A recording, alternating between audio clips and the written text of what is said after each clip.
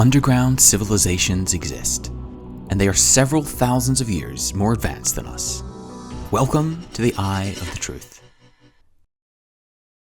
You sometimes hear urban legends about underground races or worlds. Are they really underground civilizations? If so, how do they exist? Why are they living underground? There's a lot to wonder about. In this video, I'll be covering several historical events related to underground civilizations, stories from religion, and some interesting modern research on underground structures, as I discuss the other world beneath our feet. I'll be answering the 3 questions posed at the start of this video, so be sure to watch to the end. I'll start by discussing Adolf Hitler, someone who doesn't seem to have any connection to underground civilizations at all. On April 23, 1945, Soviet forces entered Berlin, which fell 7 days later in suicide. After capturing the Reichstag building, Soviet forces discovered the corpse of a single person of Asian ethnicity in the basement, dressed in a sleeveless waistcoat and a maroon skirt. There seemed to be no doubt that this was the real corpse of a Tibetan monk. No one at the time knew why this corpse was left in the Reichstag building, but later research was able to shed light on the situation. The reason is connected with a massive project launched by Hitler called Lebensborn, or Fount of Life. Hitler had argued that non-Jewish Caucasians with blue eyes and blonde hair belonged to the Aryan race. The Aryan race refers to the common ancestor race of peoples who speak Indian and European languages. According to one theory, after the highly advanced civilization of Atlantis sunk into the ocean, the few remaining Atlanteans intermarried with other ethnicities in order to preserve their bloodline, and from these marriages were born many offspring. These offspring would become the Aryan race. Pure-blooded Atlanteans were said to have many mysterious abilities, but their offspring, that is, the Aryans, were of mixed blood and lost most, but not all, of these abilities. Hitler strongly believed that the German people were descendants of the Aryan race and launched the Fount of Life project in order to carefully select men and women to breed and bring purity back to their Aryan blood. According to rumor, while running this project, Hitler was informed that a pure-blooded descendant of the Atlanteans was currently living in hiding in Tibet. In order to make contact with this Atlantean, Hitler sent a search team formed from anthropologists, physicists, botanists, and other experts to Tibet in 1938. The search team traveled all over Tibet, searching for information on the Atlantean, while surveying the physical features of Tibetans, such as eye color, hair color, and skull shape. They gathered a lot of information, but discovered something in particular that was very interesting. Both Tibetan Buddhism and Bon, the indigenous religion of Tibet, include legends speaking of an underground world called Shambhala. According to these legends, the entrance to Shambhala is found in Mount Kailash in the western region of the Tibetan Plateau, and an advanced race of people still live in this underground world. The land of Shambhala is said to be formed from concentric circles with a glowing temple in the middle, in which the heads of the civilization lived. If you're familiar with Atlantis, this might sound familiar. In his dialogues, the ancient Greek philosopher Plato described the advanced civilization of Atlantis as being formed from concentric circles within the nation's most important temple in the middle, in which the nation's leaders lived.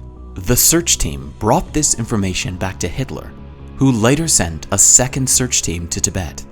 However, the second search team encountered British forces in India and was captured before it could reach Tibet. Many people wonder why Hitler was so obsessed with this. I think that he was in possession of information that had convinced him that underground civilizations actually exist. Most people probably think that underground worlds are simply urban legends. However, some research has suggested that there actually may be underground worlds. This research conducted by researchers from the US, Canada, and China, was published in 2015 in an academic journal called Solid Earth.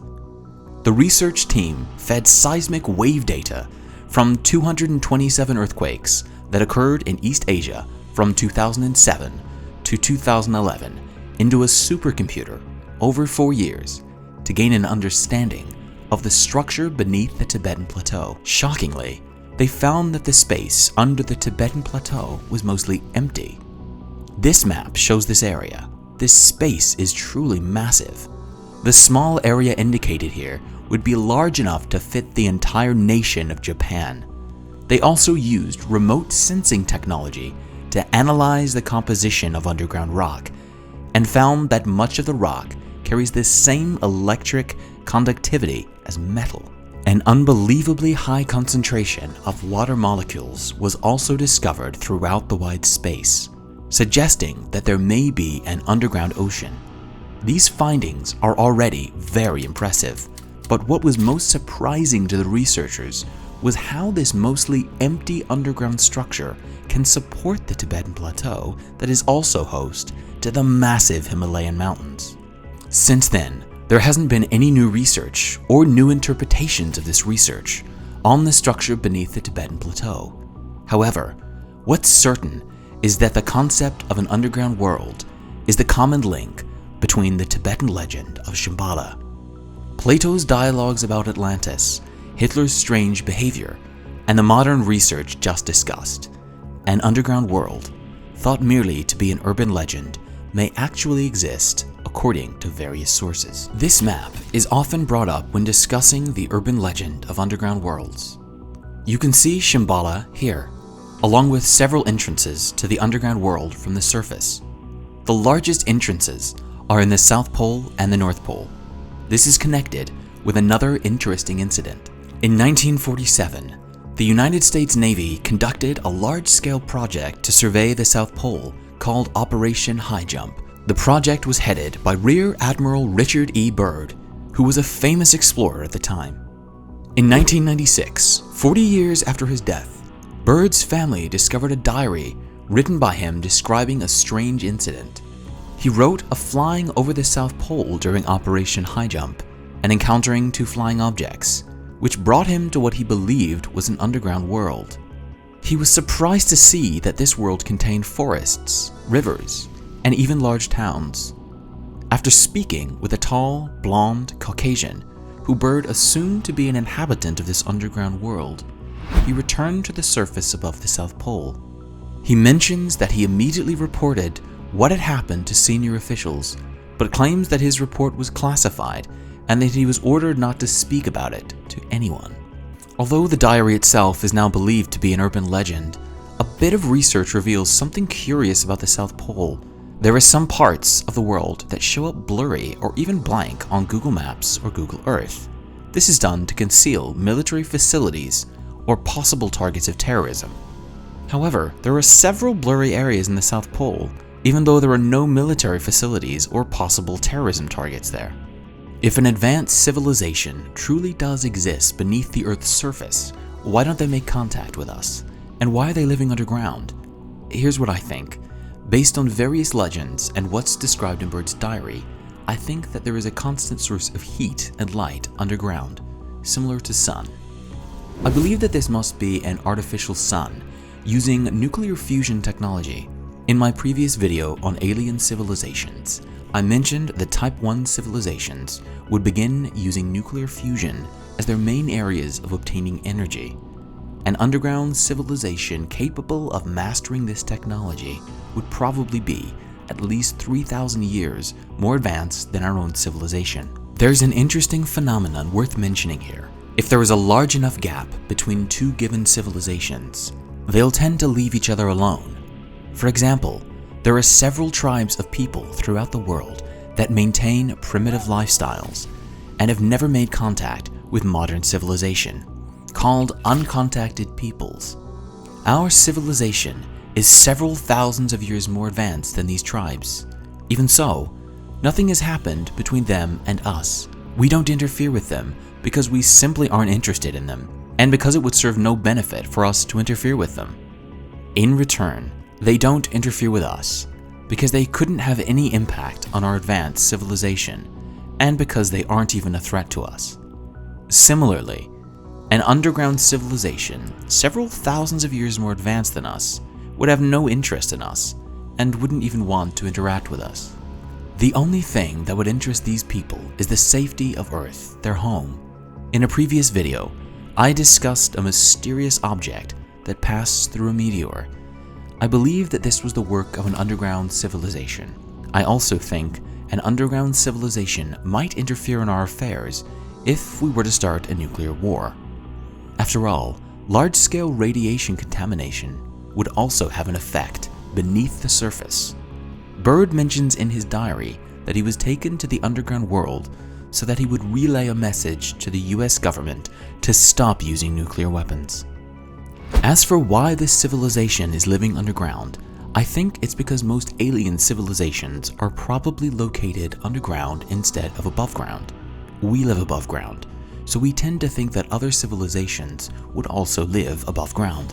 However, living above ground is actually very risky. For example, Dr. Stephen Hawking had stated that there is a 100% probability of a meteor incident similar to the one that killed off the dinosaurs occurring in the future. Cosmic rays present another risk. If we should lose our atmosphere, we'd be exposed to fatal cosmic rays, similar to what happened to Mars.